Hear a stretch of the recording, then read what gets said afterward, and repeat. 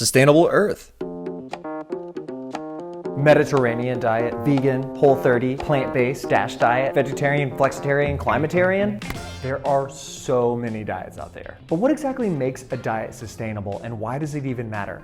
The one thing that all sustainable diets have in common is that they eat less meat. Think about what you ate today. Pizza, burgers, sushi, your mom's meatloaf. How much of that was meat?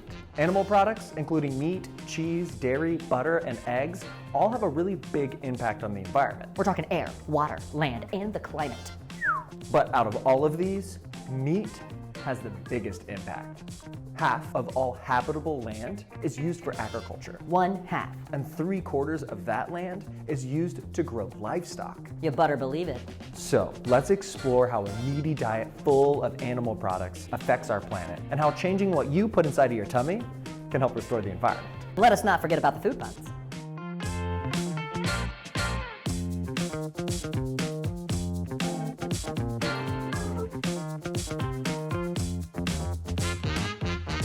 Wow. Sustainable Explainable.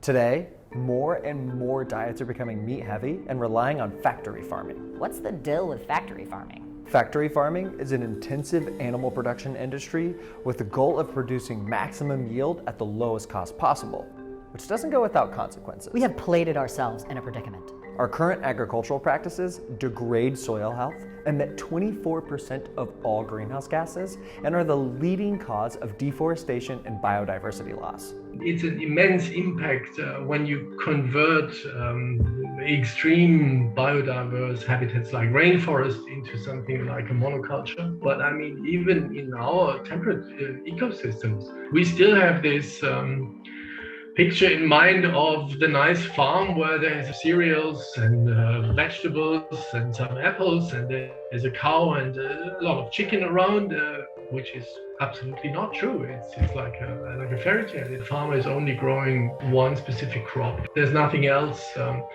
And he's doing that year after year after year after year. That leads to a depletion of nutrients in the soil. It leads to increases in resistances of all kinds of diseases. And if you have only one crop species, then you basically rear the pest species. Yeah, they become resistant to insecticide. You need more potent insecticides to control them. That's kind of a vicious circle. And so generally this high specialized farming is really the worst type of agriculture that you can think of. And therefore we should think of changing things. Right now, we're growing food in a way that is hurting our ability to grow food in the future. That seems like a very silly way to feed people. But where does meat fit into all of this? Yeah, what's the beef with meat anyway? Producing meat and animal products is actually way less efficient than feeding people grains, fruits, and vegetables directly. Not to mention the cruelty, abuse, and ethics issues that come with slaughtering animals. In the Amazon, every day, an area about the size of 4 Daytona race car stadiums is either chopped down or burned, mainly because cattle ranchers want more room to grow more cattle. Land isn't the only resource that's being exploited. Let's look at water and how much is needed to produce meat.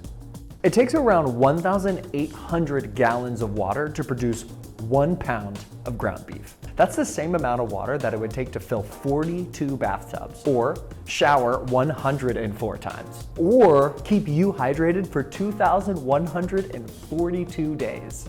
That is almost 6 years. While producing 1 pound of soybeans or 1 pound of tofu, which are 2 inexpensive sources of alternate plant protein, it takes around 250 gallons of water, giving you 7 times as much food for the same amount of water. With all of the current water scarcity issues in dry places and agriculture taking up 70% of our water use, it's very important that we get wise about how we use our water. But the overuse of water isn't the biggest problem with the meat industry. Within the food industry, meat accounts for 60% of all greenhouse gas emissions, and most of that comes from methane. 25 times more potent than carbon dioxide. So the bottom line is our planet can't support 7.9 billion people eating meat and animal product heavy diets. Our ecosystems are already struggling to feed millions of people their current meat and animal product heavy diets. I know what you're thinking. I'm just one person, and my one person actions don't really make a big difference. But it took every individual making decisions to get us into the predicament that we're in. And it's gonna take every individual making better decisions or trying to make better decisions to get us out of it. We should change if we care at all about the planet or our health. So, what do? The answer's simple. Eat less meat. Come on. What does that even mean? Okay, I know. Saying eat less meat is like saying you should exercise. But what exactly do we need to eat in order to have a healthy and sustainable lifestyle? Don't get an extra scoop of meat at Chipotle? Nah, don't double me up today. Single scoop. Do we completely cut out meat and animal products? Hardcore vegan, baby. Or are we so doomed that it doesn't even matter? Don't worry, there is hope for us to have a sustainable diet. Eating plant-based is one of those options. Care to explain what plant-based is? Plant-based means that you're eating meals that are exclusively derived from plants.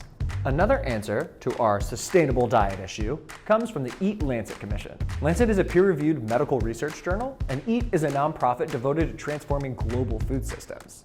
EAT and Lancet came together with 37 of the world's leading scientists to create a scientific-backed diet that's healthy for you, me, and the planet. And their suggested diet actually includes small portions of meat.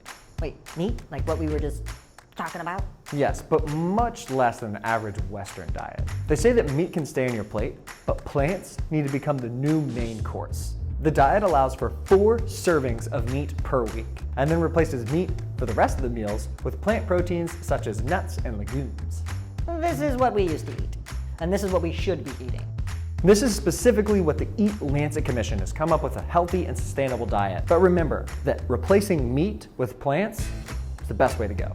So, are we able to feed a growing population without destroying our planet and ourselves? Absolutely. But not without changing our eating habits, improving food production, and reducing food waste. Examples? We need examples. Instead of having meat for every meal, have meat for 1 meal a day. Start a Meatless Monday where you try new recipes for meatless meals. On the next date night, or whenever you go out to eat, try a plant-based restaurant. They are popping up everywhere. Expand your plant-based menu. Not everything that you eat needs to be Impossible Burgers and fake meat. There's so many awesome plant-based chefs out there that you can follow for delicious plant-based recipes. It can actually be much less expensive to eat plants if you're using high-protein plants such as legumes, chickpeas, lentils, tofu, avocados, nuts, broccoli, just to name a few. Changing what you decide to put inside of your tummy is the best way to reduce your environmental impact and ensure that you have a healthy and sustainable lifestyle. We just had an excursion. I think 50% of the students voted for vegetarian or vegan options every night at dinner. And that was very different in my generation. So there is change already there and demand, obviously, to change things. As a consumer, you have the power to change your diet. You make decisions of what to eat every single day. And if we make better decisions together, we can change the world. There's something for everyone at Sustainable Earth. For educators, we have games, classroom activities, and teacher awards. For small businesses, we have small business awards, courses, and articles. Feeling competitive? Want to become more sustainable? Get involved with our sustainability challenges. Head on over to sustainable-earth.org and join the movement for a more sustainable Earth. Act now, build a better tomorrow.